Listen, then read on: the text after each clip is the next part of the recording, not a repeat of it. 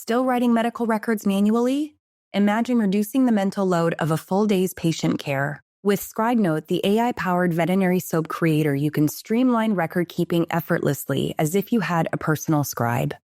I recently used ScribeNote during a hectic string of emergency shifts when I managed over 20 cases in 12-hour days. It drastically cut down my medical record completion time, letting me focus more on patient care and less on paperwork. ScribeNote has truly transformed my workflow. Born from a desire to help, ScribeNote now supports veterinary clinics across North America. It is dedicated to improving veterinary wellness and reducing burnout. Try it now at scribenote.com with a free trial of 50 records. For Reviving VetMed listeners, use the link in the show notes for 100 free notes, 50 more than the trial. Book a no-obligation demo call and see how ScribeNote can simplify your day.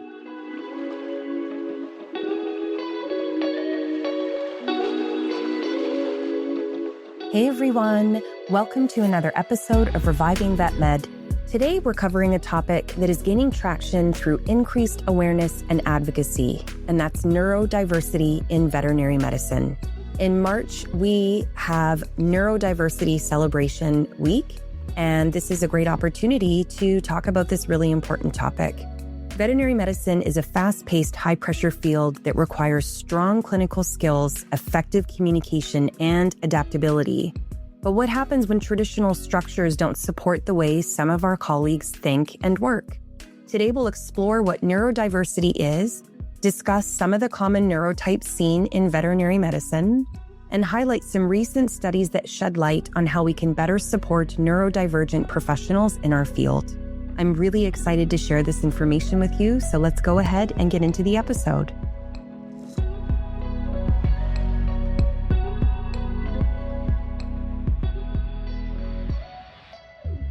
This is the Reviving VetMed podcast, and I'm your host, Dr. Marie Hollowaychuk. And my mission is to improve the mental health and well-being of veterinary professionals around the world.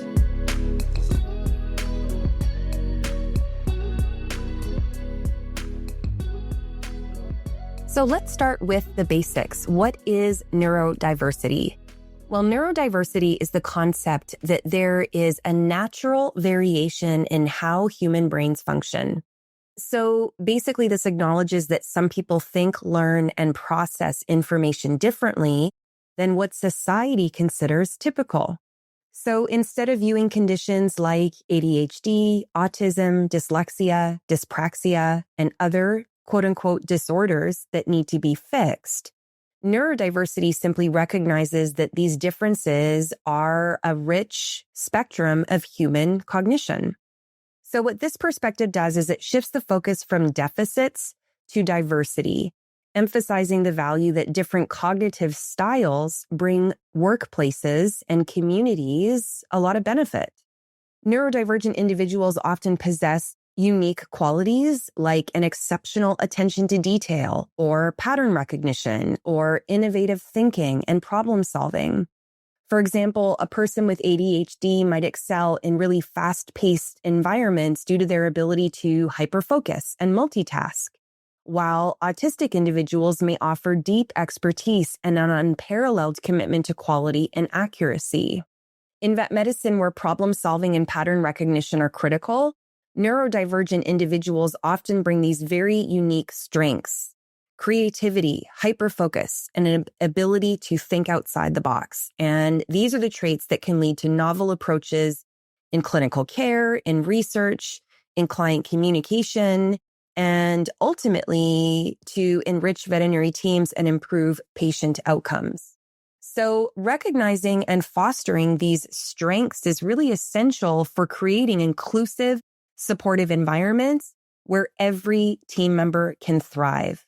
So once again, individuals with neurodiversity have a different way of thinking and processing information. Individuals that are traditionally considered neurotypical are what society considers typical. So in veterinary medicine, where there are intense workloads and rapid decision-making needs, and also a need for strong interpersonal skills, these demands can present specific hurdles for neurodivergent individuals. And the good news is, with the right support, they can also thrive and contribute in exceptional ways in the veterinary workplace, which is really what we're hoping to achieve by having this conversation. So let's take a look at some of the most common neurodivergent conditions that we see among veterinary professionals and veterinary students. And the first of those is autism spectrum disorder, or ASD. This is often diagnosed through behavioral assessments and developmental history, and it's characterized by differences in social communication and interaction, as well as the presence of repetitive behaviors or intense interests.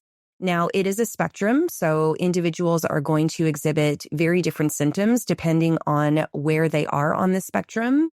But many individuals with autism spectrum disorder display very strong attention to detail, deep focus, and a preference for routine. So challenges among our veterinary colleagues with autism spectrum disorder can include sensory sensitivities, like being overwhelmed by loud noises or bright lights. They can also have difficulty interpreting social cues or taking in a lot of information, or they can experience anxiety in unpredictable situations. Another neurodivergent condition that we see often in vet med is attention deficit hyperactivity disorder, or ADHD. This is typically diagnosed based on clinical interviews and behavior rating scales that assess patterns of inattention, hyperactivity, and impulsivity, which tend to be the characteristics of this condition. So individuals with ADHD often excel in very fast-paced environments because they are able to really think on their feet. They're very adaptable and they have very strong problem-solving skills. However, a lot of individuals with ADHD can face challenges when it comes to things like organization, planning their day, task switching, and time management. And this can impact their efficiency and their focus. And if you're interested in learning more about ADHD, I recorded a podcast episode, ADHD in the Vet Profession, which was episode 51, and I will certainly link to that in the show notes as well.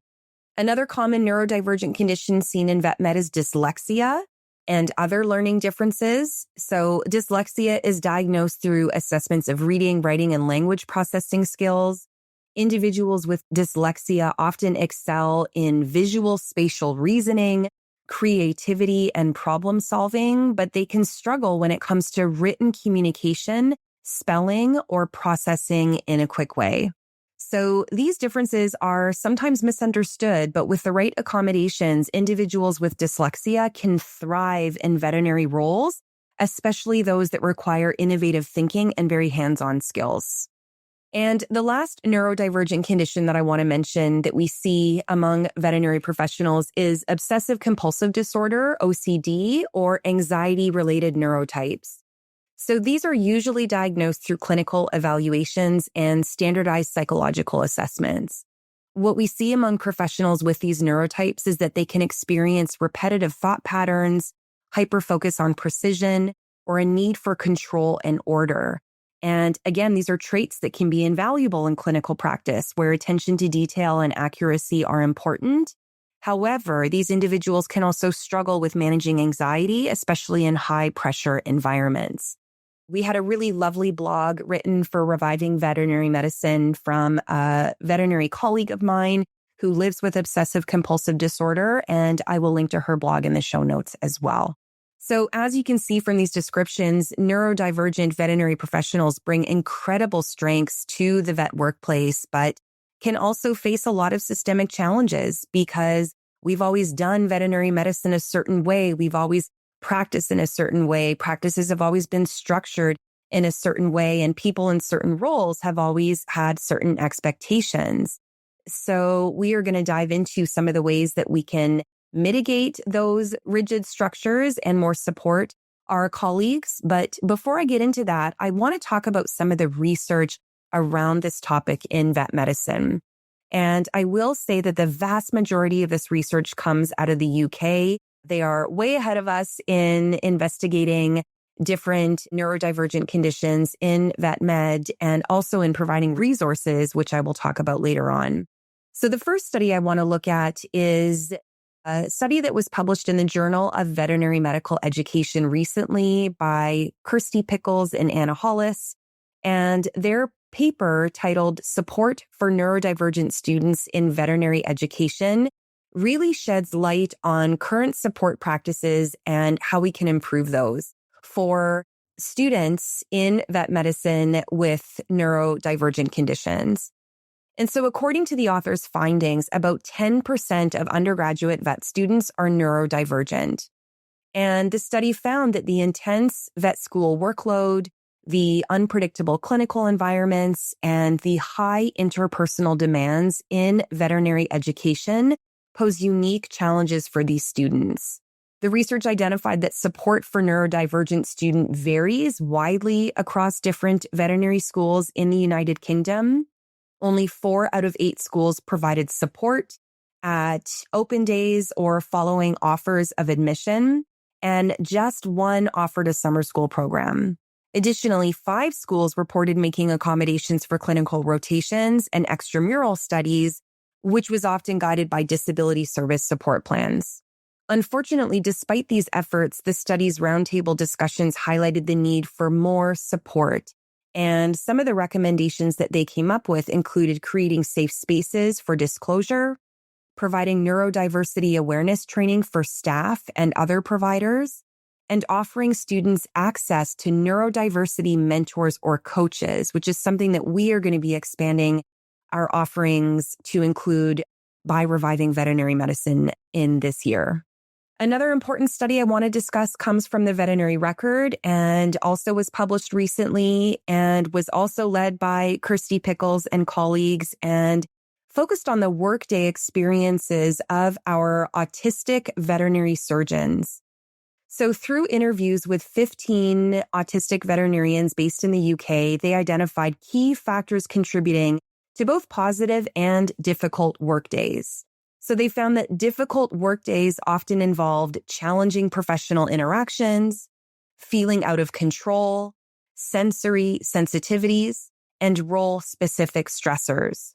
And on the other hand, good workdays were characterized by positive interactions, a sense of control, having enough time to complete tasks, and achieving a sense of accomplishment. So once again, these findings really underscore the importance of workplace design and support. By promoting neurodiversity awareness and offering clearer role definitions, we can also enable more control over work environments and create spaces where neurodivergent veterinary professionals can thrive. And the last study that I want to mention was also published in the Veterinary Record and explored the mental well-being and psychosocial work conditions of autistic veterinary surgeons, again in the UK. And so this study had 85 participants and revealed that the mental well-being and work environment quality of veterinary surgeons with autism were significantly below both the veterinary workforce and the general workforce norms. And again, there was 2 key factors identified that accounted for the 44% variance in mental well-being. And those 2 key factors were control over work and role clarity. So again, this highlights just how important it is to address these elements when it comes to managing practices and workplace culture in veterinary medicine. So that brings me to one of our really important sections within this podcast today, which is how we can support neurodiversity in vet medicine. What can we do to better support neurodivergent individuals in our veterinary workplaces and practices? Well, I'm going to give you a few strategies that are going to be applicable in educational settings, in practice settings, and not only for employers, but also colleagues as well. And the first of those is to offer flexible learning and work structures. So it's really important to provide options for different learning styles and working styles, such as video lectures, audio recordings, and hands-on demonstrations. It's important to recognize, again, with neurodivergent individuals not necessarily taking in information the same way that neurotypical individuals might, we want to make sure that we are offering different ways to take in information and process information that is going to resonate with these different needs. This also includes not just allowing alternative formats for information, but also extra time to process that information. So this might mean in the educational environment, different exam formats and extra time for writing exams. And in the practice space, this might be different ways of conducting appointments and lengthier appointment times. The second thing that we want to offer is sensory and environmental accommodations. So it's really important to recognize that sensory overload can be a big contributor to the challenges that neurodivergent individuals face. And so creating quiet spaces for charting, for paperwork, for study, etc., allowing individuals to use noise-reducing headphones or having designated low-sensory exam rooms. Really important, again, to reduce that sensory stimulation. The third recommendation is clear communication and very structured expectations. So again, it's important to use written communication whenever possible. Again, recognizing that neurodivergent individuals can feel challenged to take in a lot of information at once and process it, especially when it is verbally. We want to make sure that we're writing things down, that we're making things clear, that we're also offering things like checklists, structured workflows for tasks, easy things to follow. Things are very laid out in very specific and legible and understandable ways. This is really going to be beneficial as well. And then last but not least, the fourth recommendation is to reduce stigma and increase awareness. This means encouraging open discussions about neurodiversity in veterinary teams. I think there is a lot of misconceptions out there when it comes to neurodiversity or neurodivergent conditions. And we want to make sure that we're talking about this, that we are embracing the strengths of our neurodivergent colleagues. And in doing so, or in order to do that, we would offer training, not just for leadership, but for colleagues, so that they can recognize and be able to offer support to their neurodivergent team members. It's also important not to forget that not only do we have a lot of neurodivergent colleagues, but we also have neurodivergent clients. And if we're going to support our neurodivergent clients in veterinary practice, we need to implement some strategies that will accommodate their diverse neurological needs. And will also make sure that they have a comfortable experience when they come into the workplace or come into the practice. So I pulled some insights from an article called A Spectrum of Support, which I will also link to in the show notes. And those are, number one, to have clear and accessible communication. So this means it's not enough just to give verbal or visual communication to our clients. We want to write things down as well. Again, this caters to the different processing preferences. And this approach ensures that clients can understand and retain the information in a way that suits them best. So connecting with your clients to see what they prefer, or offering just the default, which is to have different formats available and they can choose what resonates best with them. The second recommendation is to have sensory-friendly environments. So again, being mindful of sensory sensitivities by minimizing loud noises, bright lights, or strong smells, both in the waiting room and in the consultation areas. Creating a calm environment can help to reduce anxiety for our neurodiverse clients. The third recommendation is to have flexible appointment scheduling. So this means offering appointment times that accommodate clients' needs, whether it's quieter periods of the day or to help those who might find busy environments overwhelming.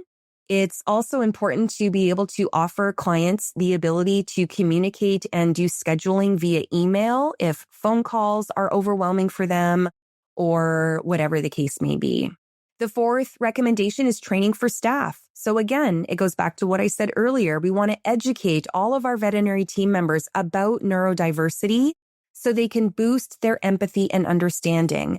This training is going to improve interactions and ensure that team members are better equipped to support diverse clients' needs effectively. And then last but not least, the fifth recommendation is to encourage open dialogue. So this is where we want to create an environment where clients feel comfortable disclosing their preferences or any accommodations that they might require. We want to make it clear that we welcome neurodiverse clients. We want to celebrate and share our neurodivergent team members. And all of this openness allows for personalized care and just demonstrates respect for individual differences and preferences. So implementing these strategies not only supports neurodiverse clients, but it also enhances the overall inclusivity and accessibility of veterinary services, which is so very important. So for more information, I do urge you to check out the Mind Matters Neurodiversity Hub, which I will link to in the show notes. This hub of resources was created 2 years ago in honor of Neurodiversity Celebration Week in March. And there are a plethora of articles, interviews, videos, and much more to help improve knowledge and understanding about neurodiversity in the veterinary profession. Because when we embrace neurodiversity, we create a more inclusive, innovative, and effective veterinary profession. By shifting our perspective and making small changes, we really can help neurodivergent professionals not just survive, but truly thrive in veterinary medicine.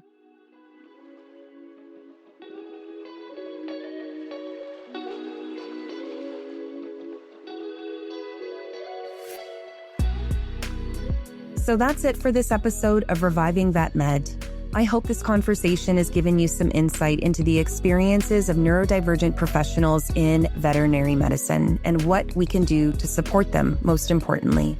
If you found this episode helpful, please take a moment to forward it to a friend or a coworker who you think would benefit. Also, we would appreciate it if you would please subscribe to the podcast so that you get these episodes as soon as they're released. You can also follow Reviving Vet Med on social media at Reviving Vet Med on Instagram and Facebook, as well as LinkedIn, for more tips and strategies for well-being in vet medicine.